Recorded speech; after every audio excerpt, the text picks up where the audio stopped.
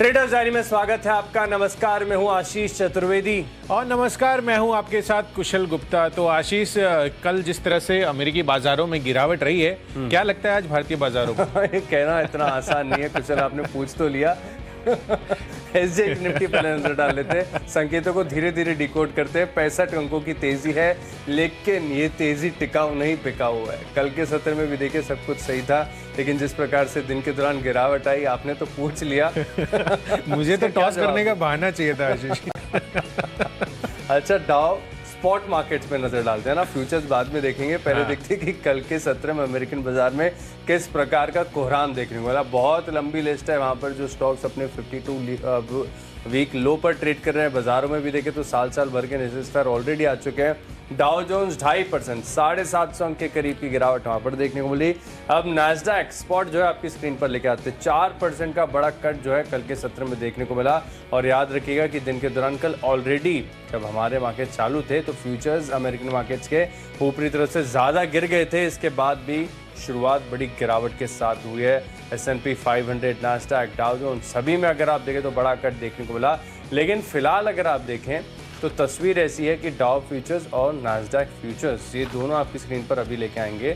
दोनों फ्यूचर्स में आप देखें तो हरे निशान के साथ कारोबार हो रहा है। डाउ फ्यूचर्स में करीब 0.5% और नास्डैक फ्यूचर्स में राउंड फिगर समझ लीजिए कि 1% की तेजी है। SGX निफ्टी भी 60 अंकों की दिखा रहा है बढ़त, लेकिन कल के सत्र में निफ्टी ने किसी भी सपोर्ट को जो है रिस्पेक्ट नहीं किया। सभी सपोर्ट के नीचे की क्लोजिंग देखने को मिली है और क्लोजिंग लेवल पर यहाँ पर बड़ा जो है आपको ब्रेकडाउन देखने को मिला है। अब देखिए तकनीकी तौर पर डेली चार्ट पर तो हमारा ब्रेकडाउन ऑलरेडी आ चुका है, लेकिन वीकली आज, क्योंकि वीकली कैंडल आज बंद हो गई आपकी, तब आपको नजर आएगा कि चार्ट्स कैसे पैन आउट होते हैं। लेकिन देखिए ज़्यादा डिस्कस करने के लिए है नहीं, ग्लोबल संकेत बहुत खराब है। और खासतौर पर अगर आप देखें तो बाकी का जो एशिया पैक फिलहाल जो खुला हुआ है, एशिया पैक में गिरावट है तो कॉन्फिडेंस नहीं है। 60-70 अंकों की जो तेजी SGX निफ्टी दिखा रहा है ना, इस पे भरोसा कम है। बिल्कुल आशीष, और ये भी ना डाउ फ्यूचर्स की वजह से है। सुबह जब खुला था तब हम देख रहे थे, जब SGX निफ्टी खुला था तो हम देख रहे थे कि डाउ फ्यूचर्स में करीब 80 अंकों की तेजी थी। अब वो आंकड़ा ऑलमोस्ट डबल हो गया है। हालांकि कल जिस तरह की गिरावट आई है, 1.5 साल बाद 30,000 के लेवल्स के नीचे जाता हुआ दिखा है डाउ जोन्स। तो कहीं ना कहीं जो मूड माहौल है, जो फियर है यूएस के रिसेशन में जाने का, वो कहीं ना कहीं इन्वेस्टर्स के माइंड पर हावी होता हुआ नजर आ रहा है। तो देखना होगा कि किस तरह से आज के बाजार पैन आउट करते हैं।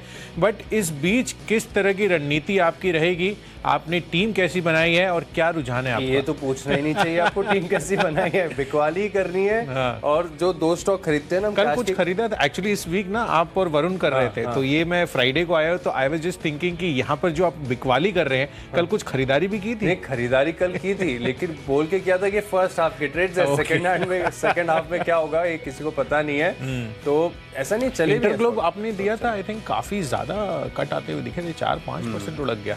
सुबह के सत्र में थोड़ी सी स्टेबिलिटी थी, पर उसके बाद जैसे ही वो न्यूज आइडेंटिफाई हुई ना, लोगों ने, इन्वेस्टर ने बेचना शुरू कर दिया। तो आज क्योंकि आप तो वैसे भी बहुत अग्रेसिवली सेल करते हो तो मैं पूछूंगा ही नहीं, मुझे पता है अधिकतर स्टॉक्स आपकी लिस्ट में बिकवाली वाले। शुरुआत कर लेते हैं कैश की कैटेगरी के साथ। बताइए खरीदे के क्या? बिल्कुल खरीदना ही पड़ेगा आशीष कैश में तो इसमें राइट्स ये स्टॉक मैंने चुना है। देखिए यहाँ पर न्यूज आती हुई दिख रही है, क्योंकि खबर का भी अकाल है और कहीं ना कहीं जिस तरह का मूड माहौल है उसमें बेचने की राय बनती है। बट यहाँ पर हमारी मजबूरी है कि कैश सेगमेंट में खरीदना है, तो इसलिए राइट्स को लेकर जो खबर आ रही है, 365 करोड़ रुपए का जो इनको ऑर्डर मिलता हुआ दिखा है कंटेनर कॉर्प की तरफ से। हो सकता है कि बाजारों में अगर शुरुआती सत्र में थोड़ी सी तेजी बने तो यहाँ पर 1-1.5%, 2% की तेजी, मतलब इनफैक्ट इतने ज्यादा कंजर्वेटिव हम कि मैक्सिमम आपको 2% की तेजी इसमें दिख जाए तो वो भी बड़ी बात है आज की डेट में। तो कहीं ना कहीं ये डेफिनेटली आपको ध्यान रखना है कि यहाँ पर जो भी स्टॉक्स आप ट्रेड कर रहे हैं, खासकर खरीदारी के call, stop loss strictly follow कीजिए उसमें, क्योंकि गिरावट का बाजार है और अगर गिरता है फर्दर तो कहीं ना कहीं स्टॉप लॉस भी आपके हिट हो सकते हैं। तो कॉशियसली ट्रेड करें, बेसिक राय ये है। तो राइट्स में खरीदारी करके चलिए।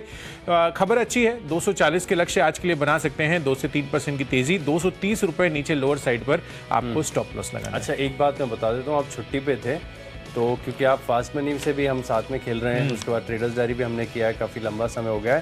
पहली बार ऐसा हुआ है जब इस शो के दौरान नोटा का प्रयोग किया। मुझे खुशी है कि ये प्रयोग मैंने सबसे पहले किया है खबरों के दम पर। तो कैश की कैटेगरी में अगर स्टॉक्स नहीं चल रहे हैं ना, तो मुझे लग रहा है कि अब रिव्यू करना चाहिए कि हम नोटा का प्रयोग करें। करना ही पड़ेगा, आप रिकमेंडेशन ना दें क्योंकि स्टॉक्स आइडेंटिफाई करना बहुत मुश्किल है। अच्छा, इसी बात पे मैं आपको अपना स्टॉक बताता हूँ। स्टॉक का नाम देखिए GIC RE। इस स्टॉक को मैंने देखा है कल के सत्र में जो है ना, इस पे थोड़ी सी स्पाइक रही है, थोड़ी सी तेजी यहाँ पर देखने को मिली। ज्यादा गिरावट और इंश्योरेंस का कोई लिंक तो नहीं है? गिरावट के लिए अगर इंश्योरेंस होता हमारे पोर्टफोलियो के लिए, वैसे आप ऑप्शंस बाय कर सकते हो, पुट ऑप्शन, वो भी एक अपने तरीके का इंश्योरेंस या प्रीमियम भी दे रहे हो। लेकिन जीआईसी देखिए, बाजार की तेजी के साथ ये स्टॉक चलता नहीं है ना, बाजार से बहुत ज्यादा डिस्कनेक्टेड रहता है। तो यहाँ पर कंफर्ट है कि ऊपरी तरफ से बाजार गिर भी जाएगा तो ये स्टॉक हो सकता है खड़ा रहे। 120 रुपए का लक्ष्य है, 113 रुपए का आप लगा लीजिए स्टॉप लॉस। अगली हमारी कैटेगरी की ओर बढ़ते हैं जो कि है फ्यूचर्स की, और फ्यूचर्स से लेके टेक्नोपिक और माई चॉइस तक का भर भर के करनी है बिकवाली। सबसे पहला स्टॉक है सन फार्मा। यहाँ पर स्ट्रक्चरल ब्रेकडाउन कल के सत्र में ऑलरेडी हो चुका है, हो सकता है कि 24 सेशन आपको देखने को मिले, लेकिन अगर ट्रेंड के साथ हम रहते हैं, बिकवाली आती है तो प्रदर्शन बढ़िया रहेगा। 814 रुपए की करीब की क्लोजिंग है, 790 का लक्ष्य, 824 रुपए का आप लगाइए स्टॉप लॉस। बिल्कुल, तो चलिए फ्यूचर्स कैटेगरी में बेचने की शुरुआत कर दिया आशीष ने सन फार्मा के स्टॉक के साथ, और मैं शुरुआत करना चाहूँगा आईसीआईसीआई बैंक के साथ। इनफैक्ट अगर आप देखिए तो यहाँ पर कहीं ना कहीं जो एडीआर पर दबाव कल के सत्र में आता हुआ दिखा है वो रिलेटिवली अभी भी डिस्काउंटेड नहीं है। कल आप देखिए ऑलमोस्ट 3.5-4% तक की गिरावट इसके एडीआर में आती हुई दिखी है, और कल भारतीय बाजारों में 1.5 से 2% तक ही लुढ़कता हुआ नजर आया था। तो जो गैप है, जो स्प्रेड है, वो हो सकता है कि आज बाजार की गिरावट में यहाँ पर फर्दर डिस्काउंट होता हुआ नजर आए, और गिरावट का रुझान यहाँ पर क्लियरली देखने को मिल सकता है चार्ट स्ट्रक्चर वाइज भी। तो आईसीआईसीआई बैंक इसको बेचकर चलिए 660 रुपए के टारगेट के लिए 685 रुपए आपका स्टॉप लॉस बनेगा। बढ़ते हैं अपनी अगली कैटेगरी जो है ऑप्शंस की, और यहां पर खरीदना है, लेकिन खरीदारी कॉल में नहीं, पुट में।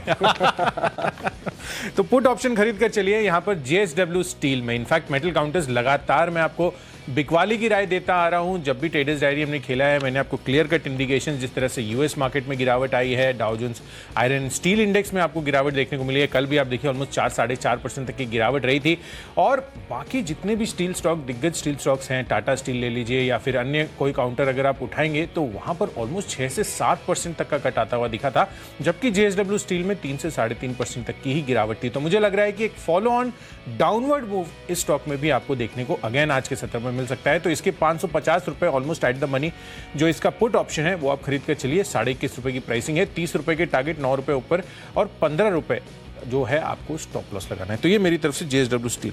अच्छा, जैसे आपकी नज़र पूरे मेटल स्पेस पर है, मेरी फार्मा पैक पर है। 1.5 साल से यहाँ पर पैसा बन नहीं रहा है। बाजार की तेजी में भी देखें तो बहुत चुनिंदा ऐसे स्टॉक हैं जो मतलब अपने गेन्स को होल्ड कर पा रहे हैं, बाकी सभी में देखें तो लगातार गिरावट है। तो मैंने आज चुना है ग्लेनमार्क सन फार्मा फ्यूचर्स में और ग्लेनमार्क ऑप्शन में। यहाँ पर आप करीब 360 रुपए की पुट ऑप्शन खरीद के चल सकते हैं। अगर ब्रेकडाउन के लेवल्स रिस्पेक्ट होते हैं, फर्दर गिरावट आती है, तो यहाँ पर हमारे टारगेट्स हो जाएंगे अचीव। तो आप क्या करेंगे, 360 रुपए की पुट ऑप्शन खरीदेंगे 15 रुपये 80 पैसे के लक्ष्य के लिए, और 9 रुपए का आप लगाएंगे स्टॉप लॉस। तो चलिए ऑप्शंस के कॉल्स हमने कर लिए डिस्कस। अगली हमारी कैटेगरी होंगी टेक्नो और फंडा पिक। लिस्ट को आगे बढ़ाते हैं और अब कुशल से जानते हैं उनकी टेक्नो पिक। देखिए आशीष, टेक्निकल पिक के आधार पर रिपीट स्टॉक है, और रिपीट आपका स्टॉक है। आपने कल इंटरग्लोब एविएशन दिया था, और मुझे लग रहा है कि फर्दर गिरावट जो है आज भी फैक्टर इन होती हुई दिख सकती है, क्योंकि ओवरऑल कल जिस तरह से जब मैंने लिंक करके बताया था कि जो ETF की कीमतें हैं 12 में से 11 बार यहाँ पर हाइक हुई है, और ऑलमोस्ट 60% से ज़्यादा की जो आपको प्राइस है वहाँ पर इंक्रीज़ हो गई है। इनफैक्ट जून पिछले साल के कंपैरिजन में अगर आप देखेंगे तो 120% ETF की कीमतों में इजाफा हुआ है, और ऑलमोस्ट 40 से 50% कॉस्ट स्ट्रक्चर का जो सिनेरियो बनता है उसमें जो ETF की कीमत है उसकी सबसे बड़ी अहम भूमिका रहती है। तो जाहिर सी बात है कि इनकी मार्जिन्स पर आगे चलकर हो सकता है कि इम्पैक्ट आता हुआ नजर आए, और जिस तरह से कोविड के मामले ग्लोबली अगर आप ग्रोथ स्ट्रक्चर देखेंगे तो वो एक फियर है। तो हो सकता है कि जो डिस्क्रिशनरी स्पेंड है काफ़ी लोगों का वो थोड़ा सा कम भी होता हुआ नजर आ सकता है। तो इंटरग्लोब एविएशन अगेन यहाँ पर गिरावट आज के सत्र में बन सकती है। 1600 रुपये के टारगेट के लिए बिकवाली कीजिए, 1665 आपका स्टॉप लॉस बनेगा। आशीष, आपने क्या लिया यहाँ पर? देखिए स्टॉक मैंने चुना है NBCC, और बाजार में देखिए ब्रेकडाउन वाले स्टॉक्स की लिस्ट तो बहुत बढ़िया है। जहां देखो आपको ब्रेकडाउन ही नजर आएगी, और FNO के स्टॉक्स में तो बहुत बुरा हाल है। कोई ऐसा स्टॉक शायद ही आपको दिखेगा जिसका स्ट्रक्चर इंटैक्ट है। एक ऐसा स्टॉक है जो बहुत ही खराब है। देखिए यहाँ पर शॉर्ट पोजीशन भी बन सकते हैं, और ये स्टॉक इतना एक जमाने का इतना पॉपुलर रहा है कि आपको हर घर में दिख जाएगा NBCC। इनकी ऑर्डर बुक वगैरह प्रोजेक्ट्स बहुत बड़ी बड़ी बातें की जाती थी, लेकिन ये स्टॉक बिल्कुल चल नहीं रहा है, बिल्कुल यहाँ पर पैसा बन ही नहीं रहा है। अब जैसे कि RBL बैंक, आपको याद होगा कि एक समय मैंने बार बार आपको बताया था कि 101.55 उसका कोविड लो है। जिस दिन इसके करीब इसके नीचे आ गया उस दिन तबाही आपको देखने को मिलेगी। हो गई NBCC भी बढ़ रहा है, दूर है फिलहाल, लेकिन इसका दवाई का क्या लेवल है? इसका तो 18-19 रुपए के आसपास को होगा, लेकिन धीरे धीरे ये बढ़ रहा है उस स्तर पे, बहुत बहुत कमजोर है। तो अगर आपके पोर्टफोलियो में भी ये स्टॉक है ना, एक बार के लिए रिव्यू कर लीजिए, नहीं तो जीवन भर आपके पोर्टफोलियो में रह जाएगा ये स्टॉक। 26 रुपए के लक्ष्य के लिए फिलहाल ट्रेडिंग पोजीशंस बना सकते हैं और 28 रुपए 90 पैसे का आप NBCC में शॉर्ट पोजीशंस में लगा सकते हैं स्टॉप लॉस। लिस्ट को आगे बढ़ाते हैं। अगली जो हमारी कैटेगरी है फंडा पिक, और फंडा पिक के लिहाज से कुशल मैंने आपके लिए एक बेहतरीन स्टॉक चुना है। क्या? काफी बार आपको डेडिकेट कर चुका हूँ, एबिट इंडिया। यहाँ पर आपको करनी है खरीदारी। और देखिए स्टॉक बहुत कम ऐसे हैं जो अपने गेन्स को होल्ड कर रहे हैं। देखिए एक ITC भी ऐसा स्टॉक है जिसमें ज्यादा कोई बड़ा करेक्शन नहीं देखने को मिला है। एबिट इंडिया भी एक ऐसा स्टॉक है, देखिए जो स्तर पर हम बात करते हैं उसी स्तर के आसपास एबिट इंडिया इतनी बारी दे चुके हैं आशीष, आप /ITC या / कुछ रखी है। ये सजेशन मैं जरूर मानूंगा, लेकिन एबिट इंडिया फिलहाल के लिए आप देखिए अपनी फोकस लिस्ट में ऐड करके रखिए। जिन्होंने खरीद रखा है वो तो जानते हैं कि कितने बढ़िया गेन्स बन रहे हैं, निचले स्तर से रिकमेंड कर रहे हैं और बाजार की गिरावट में ज्यादा असर भी नहीं हो रहा। टचवुड, अच्छी बात है ये। तो 12 महीने का व्यू हमारा इंटैक्ट है। 24,000 का लक्ष्य आप सबको याद हो गया। एबिट इंडिया अपनी फोकस लिस्ट से स्टॉक को मत हटाइएगा। बिल्कुल, तो डेफिनेटली एबिट इंडिया पर लगातार हमारी राय बनी हुई है खरीदारी की। डेफिनेटली यहाँ पर इसको लॉन्ग टर्म पोर्टफोलियो में आप शामिल करके चल सकते हैं। चलिए, यहाँ पर इसी कैटेगरी में मैंने स्टॉक चुना है रेट सेंसिटिव स्पेस से ओबेरॉय रियल्टी का काउंटर। आप देखिए रियल एस्टेट स्पेस में कल जो है जिस तरह की गिरावट आती हुई दिखी थी, वो तो एक ऑब्वियसली कॉन्ट्रीब्यूटिंग फैक्टर है ही, पर कहीं ना कहीं जो ग्लोबल इंटरेस्ट रेट बढ़ने की बातें हो रही हैं और जितनी भी बैंकों ने अभी तक बढ़ाया है, वो कहीं ना कहीं इनके लिए हो सकता है कि डिमांड डैम्पनर भी बनता हुआ नजर आए। आपने कल देखा यहाँ पर DLF, गोदरेज प्रॉपर्टी, सभी स्टॉक्स में से 4 से 5% तक की गिरावट इंट्राडे में हमें देखने को मिली थी। ओबेरॉय रियल्टी भी ऑलमोस्ट 3-3.25% की गिरावट के साथ बंद होता हुआ दिखा था।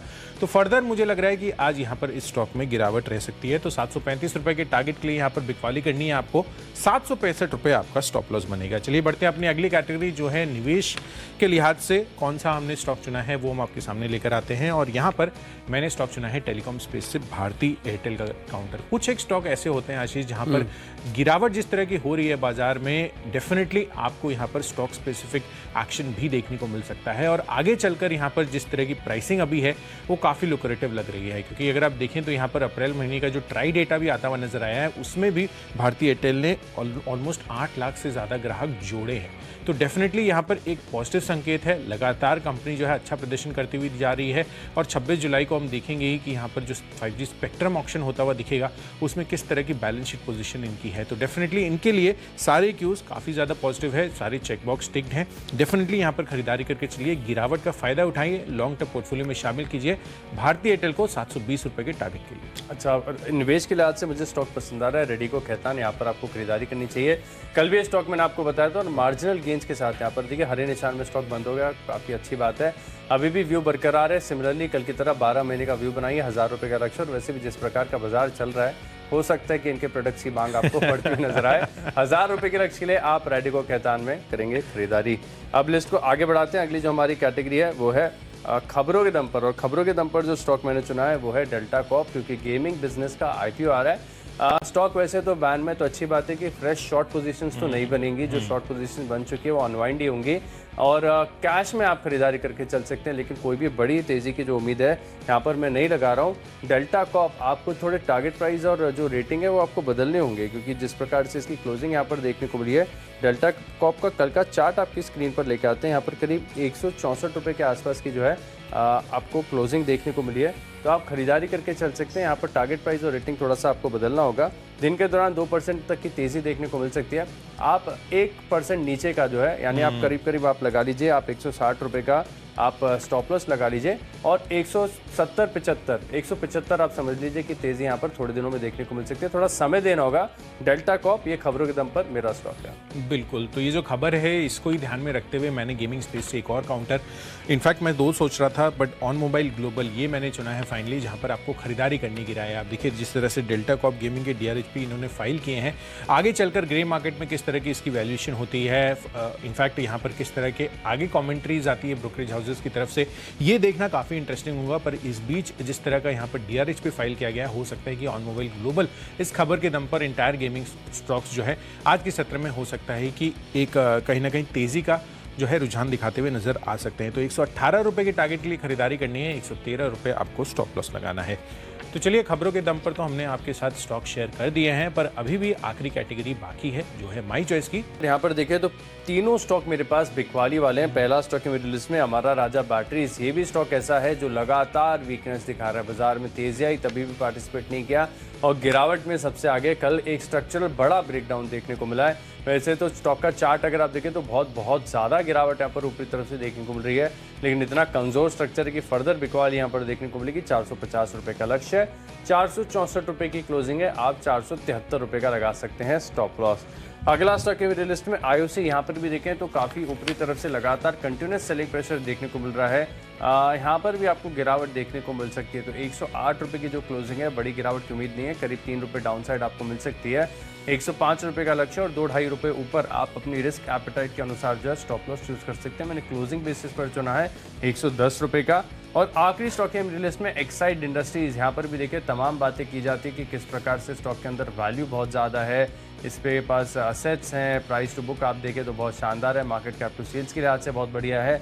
लेकिन ये सब का क्या फ़ायदा जब स्टॉक रिटर्न ही ना दे। और यहाँ पर इतनी स्ट्रक्चरल वीकनेस है कि शॉर्ट भी कर सकते हैं। 132 रुपये का लक्ष्य होगा, 142 रुपये का आप लगाएंगे स्टॉप लॉस। बिल्कुल, तो चलिए, अमर राजा, आईओसी और एक्साइड इंडस्ट्रीज पर आपको नजर रखनी है। इसको बेचकर आज आप मुनाफा कमा सकते हैं। ये आशीष की तरफ से राय आती हुई दिख रही है। चलिए, माई चॉइस कैटेगरी में मेरी तरफ से भी तीनों बिकवाली के कॉल हैं और इसमें सबसे पहला है इंडियन होटल्स का काउंटर।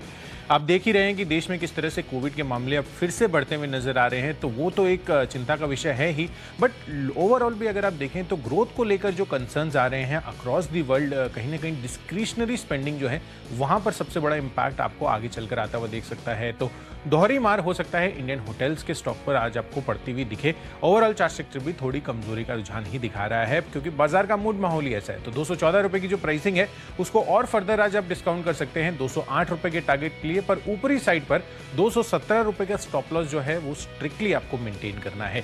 चलिए, माई चॉइस कैटेगरी में दूसरा कॉल है मेरा डिक्सन टेक पर। आप देखिए यहाँ पर इस स्टॉक में भी लगातार गिरावट हमें देखने को मिली है, पर अब कहीं ना कहीं मुझे लग रहा है कि जो इन्वेंट्री बिल्डअप कंपनियों के होते हुए दिख रहे हैं, आगे चलकर जो ग्रोथ कंसर्न्स हैं, जो सेल्स पर इनके इंपैक्ट होता हुआ दिख सकता है, जो टॉप लाइन है वो इंपैक्ट हो सकती है, उसको ध्यान में रखते हुए मुझे लग रहा है कि डिक्सन टेक में और फर्दर गिरावट आज के सत्र में भी बन सकती है। तो 3250 रुपए के टारगेट के लिए यहाँ पर बिकवाली कीजिए। 3390 ये आपका हायर साइड पर आज के लिए स्टॉप लॉस होना चाहिए। और आखिरी कॉल भी बिकवाली का है और ये बेचना है आपको जीएसपीएल का काउंटर। इनफैक्ट आप देखिए ऑलमोस्ट 7% की गिरावट कल के सत्र में भी आई थी, पर मेटल स्पेस अगर आप देखें तो यहाँ पर स्टील रिबार फ्यूचर्स की जो कीमतें हैं वहां पर भी ऑलमोस्ट 4% का कट हमें आता हुआ देखा है। और कहीं ना कहीं ओवरऑल जो स्पेस है जेएसडब्ल्यू स्टील, मैंने आपको पहले ही बताया, जीएसपीएल सबसे high beta counter metal space से है। आज अगर फर्दर गिरावट होती है तो ये भी एक्टिवली कंट्रीब्यूट अगेन कर सकता है। तो जीएसपीएल बेचकर चलिए 314 रुपए के टारगेट के लिए 10 रुपए और नीचे आपको लगभग इसके टारगेट आ सकते हैं। 330 रुपए 4 रुपए ऊपर स्टॉप लॉस भी लगाना है। तो चलिए, जो 20 स्टॉक्स हैं इनकी फोकस लिस्ट हो गई है तैयार। लेकिन अगर आपने कोई भी स्टॉक या कोई भी लेवल मिस कर दिया है तो जल्दी से देख लीजिए रिकैप। कैश का स्टॉक है मेरे लिस्ट में जीआईसी आरई, सन फार्मा के फ्यूचर्स मिलेंगे शॉर्ट पोजीशंस। ग्लेनमार्क में 360 रुपए का पुट ऑप्शन खरीदेंगे और टेक्निकली बहुत कमजोर लग रहा है एनबीसीसी। फंडामेंटली देखिए स्टॉक डटा हुआ है एबट इंडिया, 24,000 रुपए का लक्ष्य है। निवेश के लिहाज से खरीदना है रेडिको खैतान।